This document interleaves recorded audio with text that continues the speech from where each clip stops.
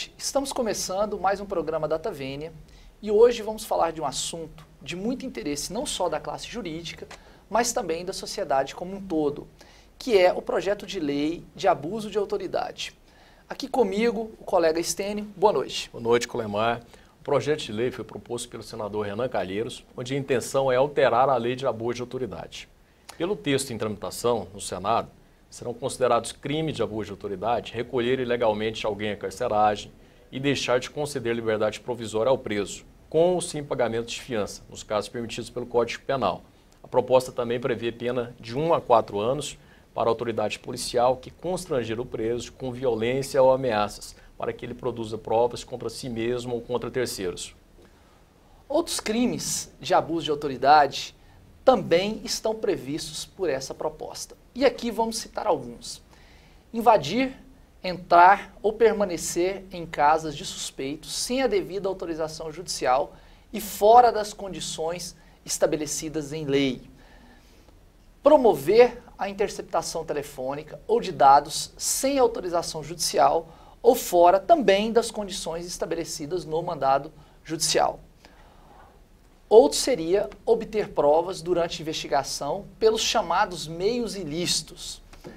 Também dar início à persecução penal sem justa causa fundamentada. E também, como não poderia deixar de ser, não fornecer cópia das investigações à defesa do investigado. Também prevendo todas essas hipóteses, as penas relativas a elas. Vamos para um rápido intervalo, voltamos já já. Você precisa melhorar os resultados da sua empresa, mas não sabe como?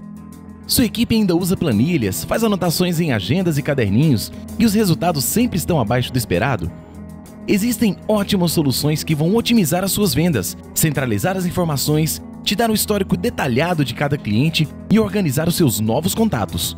Além disso, essas ferramentas te ajudam a gerenciar oportunidades de negócio, indicando o que deve ser feito para acertar na apresentação, elaborar a melhor proposta, trabalhar uma negociação eficiente e converter essas oportunidades em vendas, entregando um relatório com indicadores que vão apontar a eficiência do seu processo de vendas. Você vai fidelizar clientes e vender mais, além de ter relatórios específicos com indicadores que te ajudarão a tomar a decisão certa na hora certa. Bom, não é? Mas essas soluções são muito caras e o investimento sempre é alto demais. Com o valor desses softwares, você tem que abrir mão de outros investimentos importantes para a empresa, sacrificando seu capital e estourando o orçamento.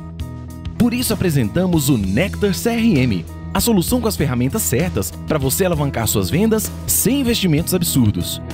Então, crie sua conta e faça um teste grátis. Você pode começar agora. Nectar CRM, a escolha que traz resultados. Sofisticação e bom gosto traduzidos em excelência no atendimento. Preços justos, tudo em um só lugar. Provance Acabamentos.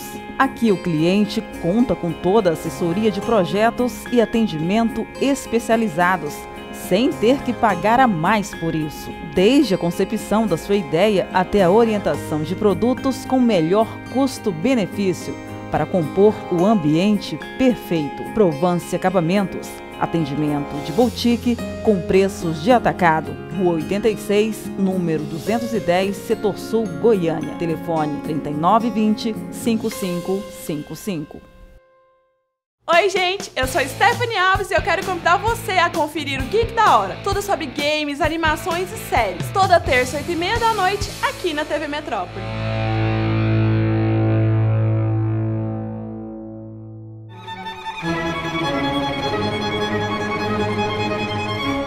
Voltamos com o programa Data Vênia, um programa que se propõe a debate de temas jurídicos e hoje com o tema do projeto de lei, de alteração da lei de abuso de autoridade.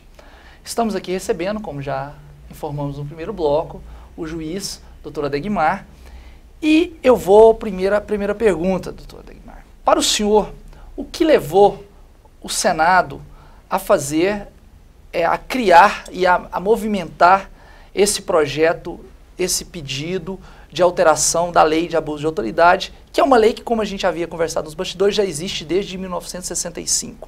Na sua opinião, o que motivou isso? Bom, na minha opinião é o seguinte, a lei, ela, como você mesmo disse, ela é antiga, né, de 1965, e ao contrário do que disseram o nosso presidente do Senado, Renan Calheiros, né, ela não é uma lei caduca, como ele havia afirmado, para justificar uma reforma dessa lei nesse momento. Eu gostaria de deixar frisado que, na minha percepção, é bastante sintomático nessa reação agora, nesse momento em que nós estamos vivendo uma série de processos e inquéritos tramitando, envolvendo uma série de atos de corrupção, envolvendo inúmeras autoridades, e o presidente do Senado, justamente agora, nesse momento, querer colocar em pauta novamente, né, esse assunto para tentar resolver essa questão que, na visão dele, visa atualizar, né, a lei, porque, na visão dele, a lei é antiga e eu realmente tenho as minhas restrições quanto a esse momento, né? É chamada lei de oportunidade, ou seja, fazer para atender uma situação emergencial, para atender o interesse de determinados grupos, na minha visão. Doutora Degmar, o projeto de lei ele apresenta em várias passagens dispositivos que permitem a punição do magistrado, tão somente por, em tese, interpretar de forma equivocada o texto legal. De que forma entender essa situação, essa proposta, com a liberdade, com a autonomia que o magistrado deve ter para exercer seu munus público? Então, essa é outra questão crucial, né, do debate momentâneo, porque, veja, um judiciário manietado, ou seja, tolhido nas suas ações, certo, vai levar, consequentemente, né, à impunidade, né? E então, quanto mais, não só o judiciário em si, mas todas as chamadas, entre aspas, agências de controle. O judiciário é uma importante agência de controle, certo? E imagine você, um magistrado temeroso, certo? Com aquilo que pode vir a acontecer na sua carreira, né?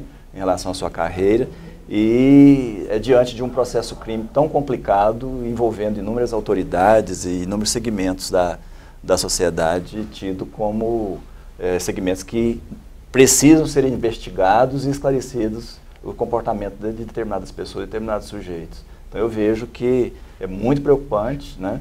E nós da magistratura estamos atentos, a nossa associação, a Associação dos Magistrados, não só a Associação Nacional, mas todas as associações dos magistrados, e não só dos magistrados, mas também dos delegados de polícia, né? Os delegados federais, o Ministério Público, né? Todos nós estamos preocupadíssimos com essa onda aí de querer responsabilizar as autoridades que ficam incumbidas em fazer esse controle. Perfeito. Bom, não percam também nosso programa hoje. Nós vamos, como está sendo dito aqui, a gente está trazendo a opinião de um magistrado. No entanto, a gente vai ouvir também um representante da classe dos advogados e, sendo possível, também vamos ouvir outros representantes, porque, como o doutor Ademar disse, o tema e essas novas propostas de regulação previstas na lei de abuso de autoridade, ela mexe com a vida do Poder Judiciário, dos instrumentos da sociedade de fiscalização, que são o Ministério Público, as polícias, de forma que é um assunto polêmico, um assunto que voltou à tona e vai voltar à tona com mais força ainda, acreditamos, nesse segundo semestre. E então vamos continuar aqui o nosso debate no próximo bloco e chamo o intervalo comercial.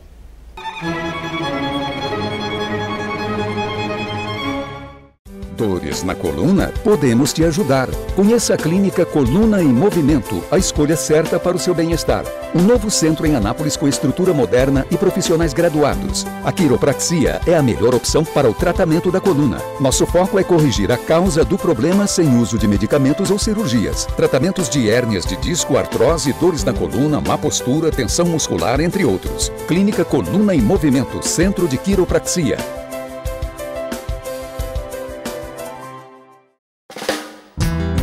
Com nomes de personalidades e de acontecimentos que marcaram época, as vitaminas daqui são um caso à parte, feitas de forma artesanal e de sabor inigualável.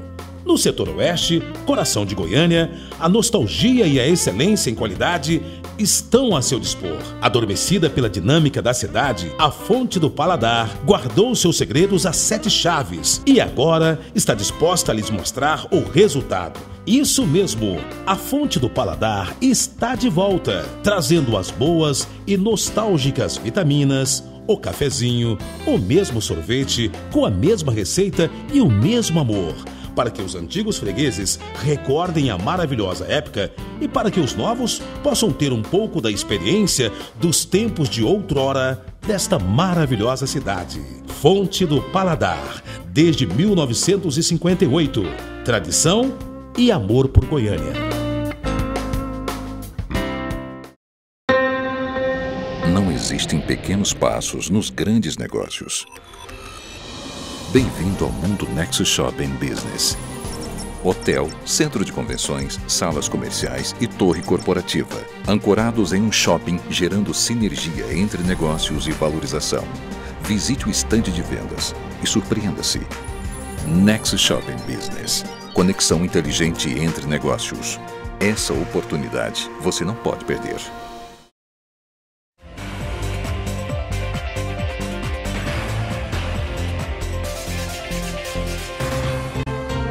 Olá, eu, Leno Silva. E eu, Nete Fiorentino. Esperamos você de segunda a sexta aqui na bancada do JM, sempre ao meio-dia. Notícias e informações com credibilidade, imparcialidade, entrevistas e a participação do telespectador. É isso aí, aqui o mais importante é a sua companhia.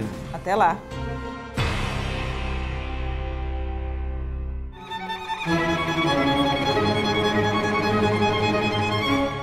Voltando de um rápido intervalo, eu gostaria nesse momento, até porque o tema é palpitante, o tema é polêmico, ele permite várias interpretações, vários posicionamentos, de ouvir a Ordem dos Advogados do Brasil, através do seu presidente da Comissão de Direito Criminal, o doutor Henrique Paixão, para que ele possa ali posicionar o telespectador acerca desse projeto de alteração da Lei de Abuso de Autoridade. Bom, o projeto de lei que visa alterar os crimes de abuso de autoridade, é o PLS 280, que tramita hoje no Senado Federal, ele vem em boa hora quanto ao conteúdo da possibilidade de alteração dos crimes de abuso de autoridade. Entretanto, ele está sendo mal colocado, mal interpretado e até mesmo o seu procedimento legislativo não está sendo correto. Por quê? Porque ele está numa postura de um projeto de lei em fase terminativa, sem um debate profícuo sobre o tema. O que ocorre? Nós temos uma lei de abuso de autoridade que é da década de 60, dos idos em que se imperava no Brasil ainda a ditadura militar.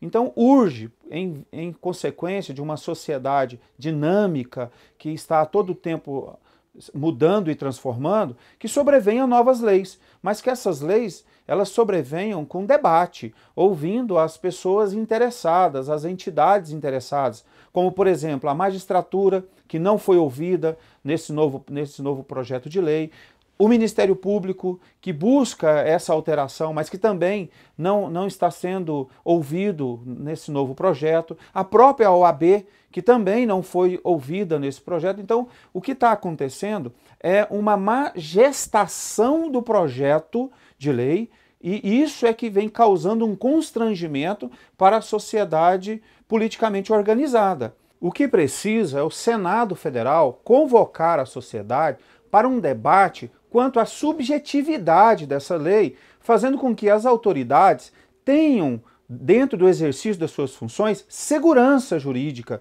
Porque o que está acontecendo? Esse novo projeto, ele coloca uma insegurança jurídica para o intérprete da norma. E isso faz com que a sociedade, através dos seus entes, através das suas autoridades, se tornem atemorizados quanto à possibilidade de fazer cumprir essa nova lei.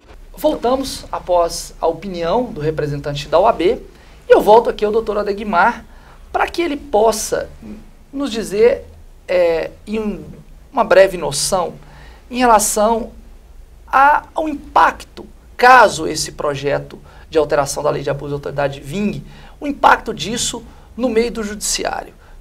Como que o senhor vê isso, ainda que em tese, porque tudo ainda está se discutindo em tese, Como que o senhor vê a mudança de comportamento que poderia acontecer no judiciário em relação a esse projeto de lei?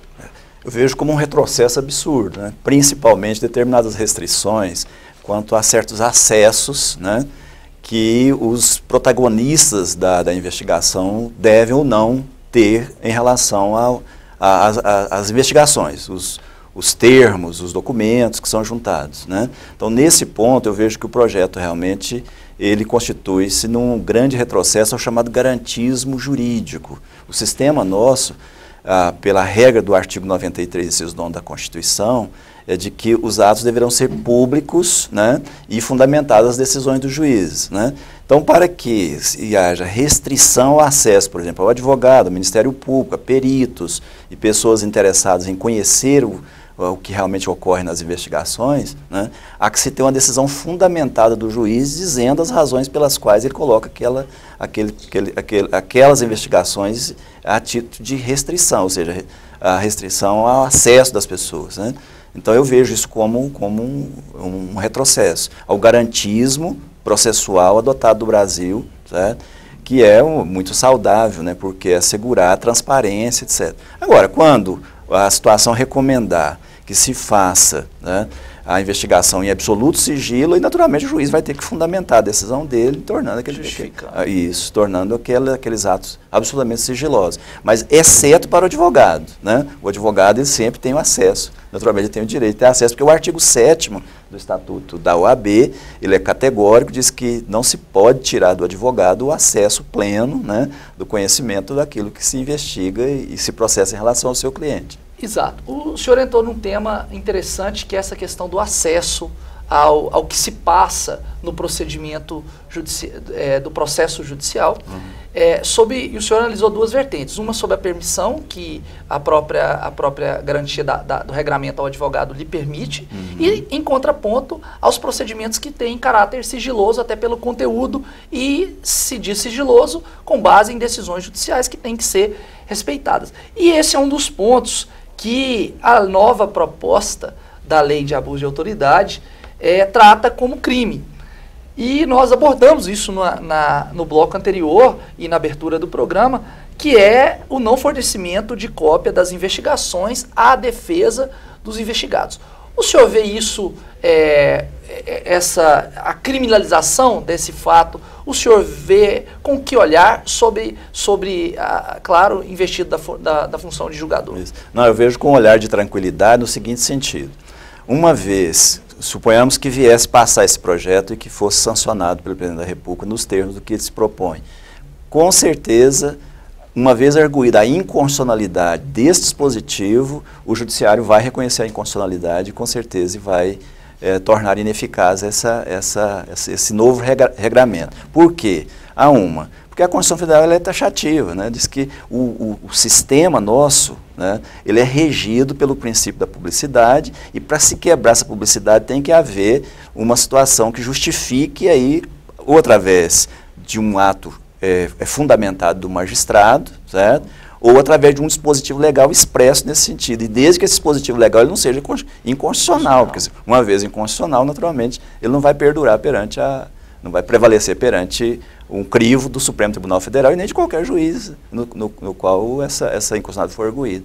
Ok. Doutor Stênio? Doutor Adegmar, o senhor já disse na outra passagem que o projeto, da forma que colocado, fere mortalmente a independência que o magistrado deve ter. O senhor acredita que há um meio termo nessa proposta, ou seja, aperfeiçoar essa legislação que é antiga, que é ultrapassada em alguns pontos, e permitir que seja mantida a independência, a autonomia, o livre pensamento do magistrado, do aplicador da lei? Isso, concordo plenamente. Eu acho que pode, o projeto ele pode ser trabalhado, certo? E adequado, certo? A uma situação mais equânime, ou seja, mais justa, né, ao sistema, ou seja, à atualidade, inclusive. Porque hoje, veja, de 65 para cá, quantos anos já se passaram, né? Nós evoluímos e muito. Então, em termos de tecnologia, os delegados de polícia, os aparelhos judiciais, de modo geral, evoluíram bastante, né? Agora, por que não atualizarmos a lei em determinados pontos, né? Uma das coisas que me preocupa muito é que a Constituição Federal, né, nossa, ela foi guindada, todos nós sabemos, à condição de Constituição cidadã. Então, a primeira pergunta que se faz, né, nós precisamos ter um judiciário cidadão. Nós juízes, de um modo geral, temos essa concepção, de que o judiciário deve ser cidadão. Uma OAB cidadã, certo? Uma polícia cidadã. Certo? Cidadã, não no sentido de passar a mão em cabeça de bandido, não é isso? Sim. Ou seja, no sentido de implementar, certo, a investigação, quando essa investigação realmente for necessária, né, com a devida independência, por exemplo, do delegado de polícia, né, do Ministério Público, como agente acusador, com coadjuvando a investigação, né, e o magistrado também, porque o magistrado no Brasil, de todos os países do mundo, é um dos magistrados mais controlados que nós temos. O magistrado ele é controlado pelas partes, pela própria Ordem dos Advogados do Brasil, que o advogado pode recorrer à vontade. Ele é controlado pelas suas corregedorias, os seus conselhos de magistratura, certo? No nível estadual, nos magistrados estaduais, os magistrados federais, o Conselho de Justiça Federal, certo? E, por fim, certo? O Conselho Nacional de Justiça. Então, nós somos fiscalizados por um grupo imenso de profissionais, de pessoas, de sujeitos. Isso é altamente positivo. Agora, o que não se pode é instituir uma legislação para inibir o magistrado e decidir com independência. Certo? Aí, nesse ponto, eu acho que o projeto ele pode ser melhorado, pode ser trabalhado, pode ser discutido e aparado dessas arestas e pode ser, quem sabe, vir aí a resultar numa ótima lei, né, para a sociedade brasileira. Mas no ponto que se encontra e da forma que vem sendo implementado, não só eu, mas todas as autoridades do país, das armadas agências de controle, somos absolutamente contrários a esse tipo de prática de natureza simplesmente circunstancial, ou seja, por uma circunstância do momento. Perfeito. Bom, doutor Degmar, o senhor falou aí da independência, garantia da independência e alguns outros temas envolvendo a atuação, né, do magistrado e os órgãos de controle, que de fato são muito importantes, e eu não me recordo de ter lido sobre isso em todas as matérias que eu busquei, mas vi lá que a Associação de Juízes e demais associações e sindicatos, e enfim, todos esses grupos que representam vocês, se assim me permite, vocês magistrados, eles têm se manifestado com veemência contrário a esse projeto. E eu fico aqui muito alegre e tranquilo, quando a gente traz esse tema para o debate, em ver que um membro do Judiciário pode ver uma luz no fim do túnel, que de um debate salutar, sem pretensões escusas, sem politicagem, pode nascer uma reforma de uma lei, uma reforma que pode vir a contemplar de fato as garantias do Judiciário Cidadão, da OAB Cidadã, como o senhor mesmo disse. O senhor acha que desse limão pode-se sair uma limonada? Ou seja, desse projeto que a princípio está sendo, pelo menos por essas entidades que eu disse, muito mal visto e visto com muita desconfiança, pode-se sair com base em um diálogo, audiências públicas no Congresso, como estão sendo chamadas audiências públicas, pode sair um projeto de lei de fato moderno, um projeto de lei eficaz e um projeto de lei que garanta ao magistrado, aquele que julga a sua independência, a polícia, o seu direito de atuação e ao advogado, o seu livre exercício da sua defesa do seu cliente. O senhor acredita que pode se sair um projeto? Sem dúvida, foi muito oportuna a sua observação, né, porque eu entendo que é perfeitamente possível discutir de forma mais parcimoniosa com a sociedade, certo? Com todos os segmentos sociais e extrair desse projeto, quem sabe, uma excelente lei, porque o nosso sistema jurídico, todos nós sabemos que é um sistema o Estado democrático de direito tripartite, né? Tripartite, em que funciona um sistema de freios e contrapesos, né? E uma boa legislação, certo? Voltada para os interesses sociais, com certeza, ela é sempre muito bem-vinda. E, na minha visão, os órgãos que, de uma certa forma, estão resistindo no momento a esse novo projeto, certo? De um modo geral, todos eles são favoráveis que se discuta mais. Né? Ninguém é contrário a uma lei de controle, de abuso de autoridade, mas que seja uma lei justa, correta, equilibrada, né? Dentro dos parâmetros que se espera de um Estado democrático de direito. Isso é fundamental. Eu concordo plenamente com a sua proposição. Tá ótimo, doutor Degmar, obrigado, muito obrigado pela sua presença, pelos esclarecimentos. Acho que esse debate só está começando. Talvez tenhamos a necessidade de convocá-lo novamente para discutir. Eu acho que outras vertentes, outras nuances virão. E é por isso que eu te agradeço muito, agradeço ao Poder Judiciário Goiano por sua rica contribuição. Muito obrigado. Eu agradeço pelo convite, estarei sempre à disposição de todos vocês e da sociedade para esclarecer qualquer ponto. Tá? Obrigado e convido a todos para o próximo programa. E lembrando, não deixe de acessar as nossas redes sociais que aparecem sempre na sua tela e no seu vídeo. Boa noite a todos.